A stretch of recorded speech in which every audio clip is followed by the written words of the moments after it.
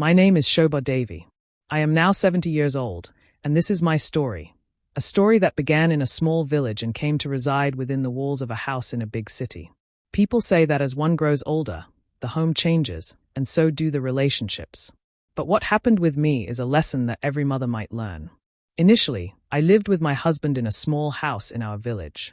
After his passing 20 years ago, we had two sons, my elder son Ramakant and my younger son Shyam. Ramakant moved to the city with his family after his marriage. Shyam stayed with me in the village until he too got married. Shyam married Sunita, an educated girl from the city who came to the village after completing her studies. For some time after the marriage, everything was fine. Shyam was engaged in his work, and Sunita managed the household. However, gradually things began to change. At first, they were small matters. Sunita would say, "Mother, there is so much work these days. How can I manage everything alone?" I understood her concern and took it upon myself to do the work. I would wake up early in the morning, clean the house, and prepare meals. But as time passed, the situation deepened. One day, Sunita said, "Mother, this house is too small. There is no space for all of us. Shyam and I want a separate room of our own." At that time, the house had only 3 rooms. I vacated my room and began living in a small, previously empty space so that they could have their privacy. I did not object because I understood their need for personal space. However, this was only the beginning. A few years later, Shyam got a good job in the city, and they decided that we should all move there. I accepted leaving the village without complaint. After arriving in the city, they purchased a small flat with 2 bedrooms. Shyam and Sunita took the larger room, and I was given the smaller one, which barely had space for a single bed and a wardrobe. For the first few months, everything seemed manageable. I cooked meals, cleaned the house, and took care of their needs. But gradually, Sunita's behavior changed. She would say, "Mother, why do you do so much work? We can manage ourselves."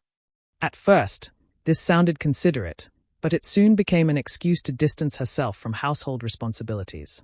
Once, I fell seriously ill and was confined to bed for 3 days. During that time, neither Shyam nor Sunita looked after me. They did not even bother to provide me with water, let alone prepare food. When I recovered slightly and asked Sunita why they had not taken care of me, her response left me speechless. She said, "Mother, both of us work all day and come home exhausted. Do you think we should be expected to serve you every day? In today's world, everyone takes care of themselves." This statement settled deeply in my heart. I realized that the daughter-in-law I had hoped would become my own daughter would never truly be so. Shyam supported her in this view. Whenever I tried to speak to them, he would say, "Mother, Sunita is not wrong. This is how things are done nowadays. You should also take care of yourself." Over time, my home became a place where I felt like a guest. I would prepare meals in the morning and then retreat to my room. In the evening, they would return from work, eat, and shut themselves in their room. Sometimes they would invite friends over, and I would prepare tea and snacks for them, but no one ever thought to ask if I was well. On one occasion, an old friend of mine from the village came to the city, and I wanted to meet her. I asked Shyam to take me to her place for a day, but he refused, saying, "Mother, we don't have the time right now. You should stay here." That day, I truly realized how isolated I had become. About a year ago, I required surgery due to a health issue and was hospitalized. When I informed Shyam, he said, "Mother, go ahead with the surgery. We will take you to the hospital." However, after the surgery, neither he nor Sunita visited me during my 3-day stay in the hospital. I was left entirely alone, tended to only by the nurses and other patients. Even after returning home, I received no assistance and had to fend for myself until I gradually recovered. After witnessing all of this, I understood that I needed to take responsibility for my own life. I went to stay with my eldest son, Ramakant, who lives in another city. I told him my entire story. He welcomed me into his home, but he too had his own constraints. He had 2 daughters, and his wife's attitude was similar to that of Shyam's wife. Even there, I was treated more like a guest than a family member. However, staying with him taught me a valuable lesson. In life, there is no permanent support. Even those who promise to stand by you will prioritize their own interests.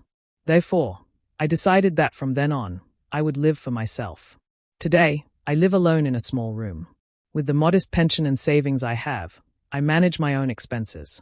Every morning, I go to the park and spend time with other elderly women, sharing my story with them.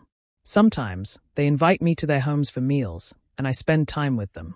My sons still speak to me, but they no longer take any responsibility for my well-being. When I fall ill, they send money, but they do not come to see me. I have come to accept this reality. I no longer expect anyone to take care of me, nor do I rely on anyone for my daily needs.